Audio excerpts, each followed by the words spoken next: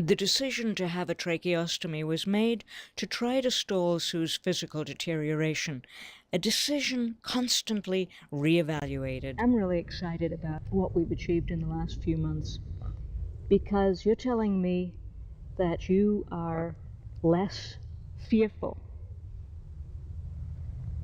that in the old days when you were coughing, you were perhaps sometimes afraid you wouldn't be able to clear your throat, that you would be choking. Is that right? Now, when you get a lot of congestion and you're coughing, do you have the same fear?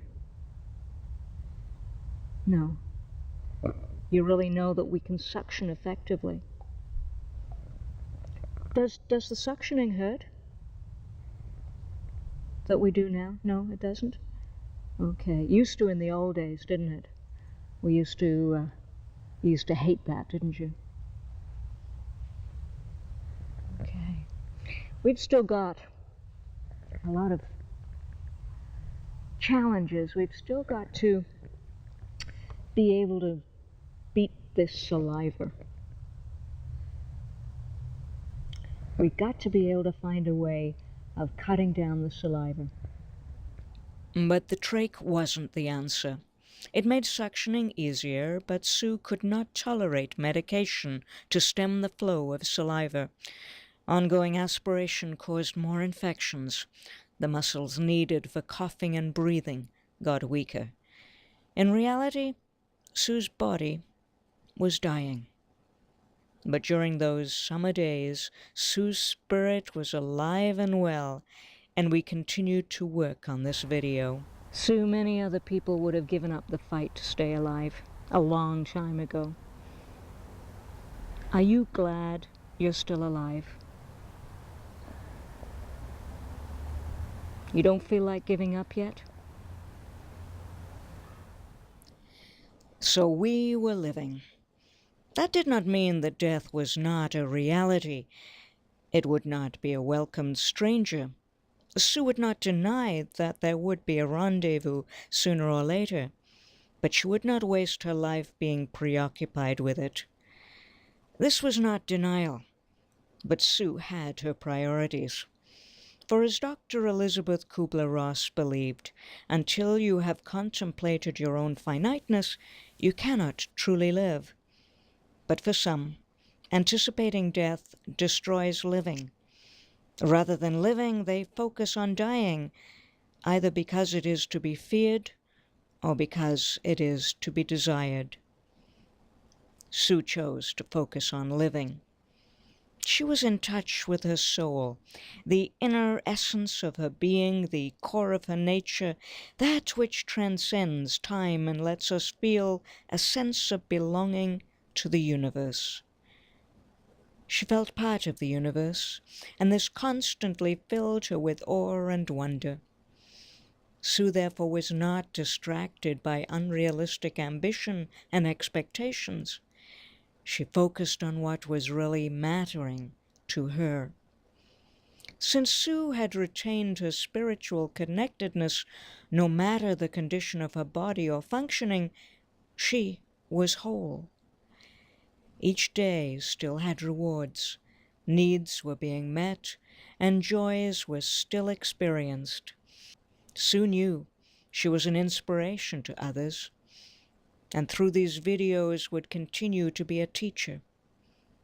Each day was taken at face value. We lived that which was.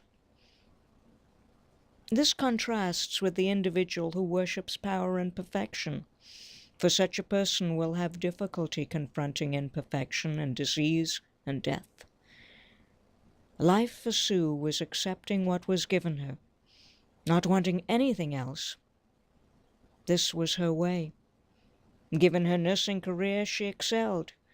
As a sportswoman, she was competitive.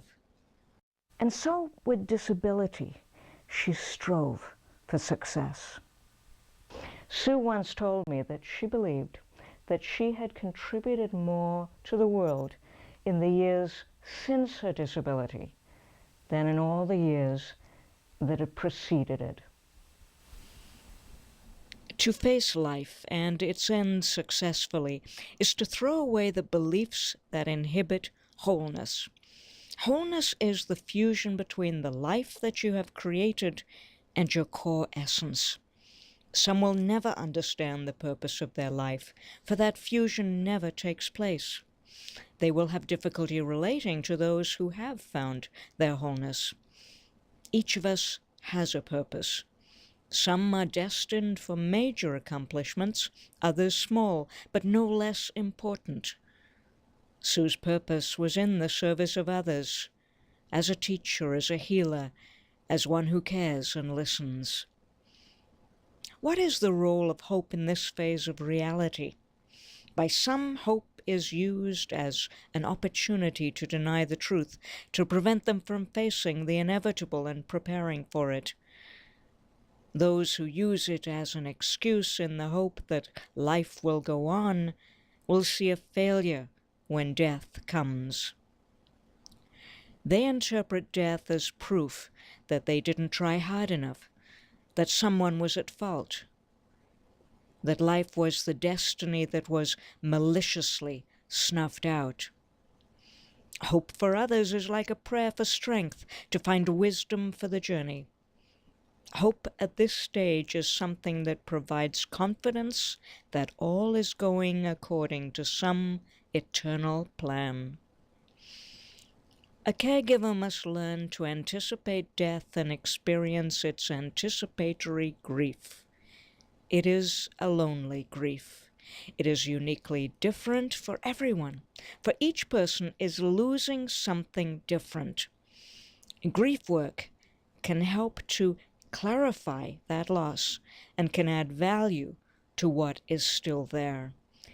Each moment of beauty, each moment of closeness, each situation that evokes warm memories for the future, to be treasured and not forgotten.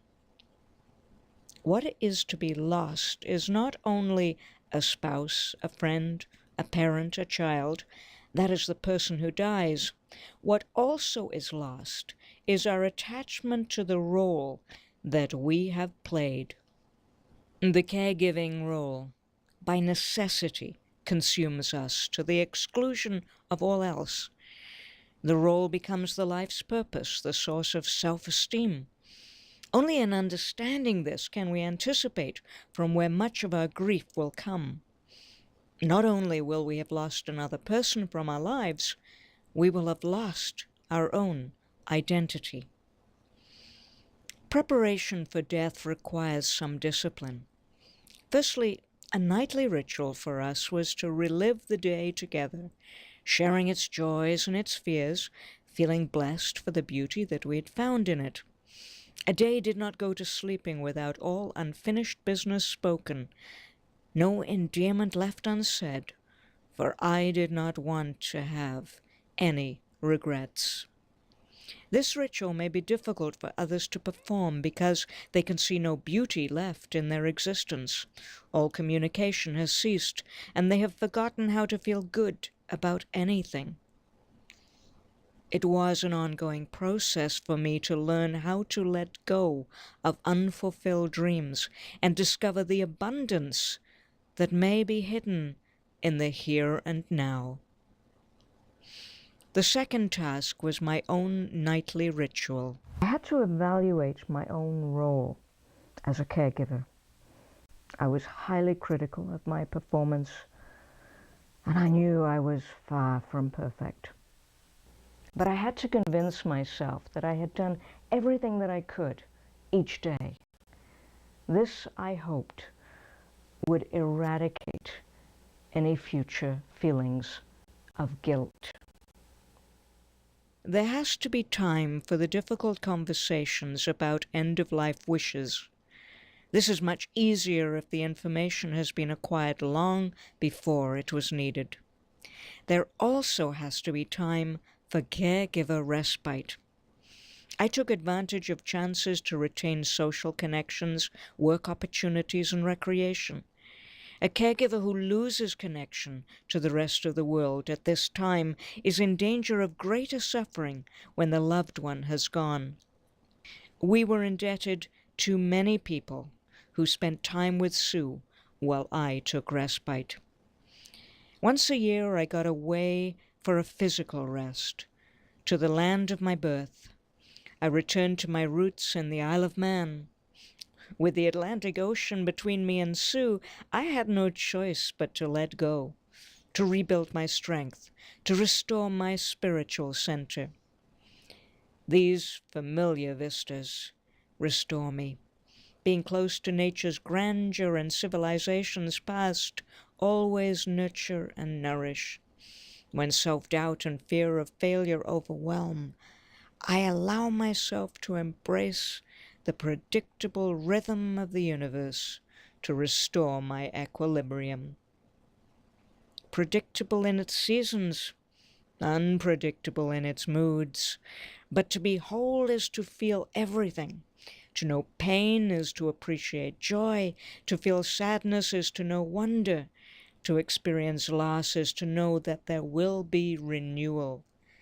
Hope is acceptance, not resignation. To grab hold of the moments of beauty and wonder and let them be etched in my memory. So in times of stress, I can use imagery to visualize and recreate them. This will help me find peace to handle the crises, find relaxation and courage. I knew the end would come suddenly, and then I would be alone. I allowed myself the opportunity to think ahead, to think beyond Sue's death, to plan. It is with some feelings of discomfort and guilt that one embarks on such an exercise. But Sue loved life and lived life and did not waste life. I would go on. She would not. She would not want me to waste that precious gift that life is, and I would still hold. I knew the grief journey following Sue's death would be horrendous. I allowed myself to acknowledge that future pain, but also set some goals to achieve during that first year of my new life.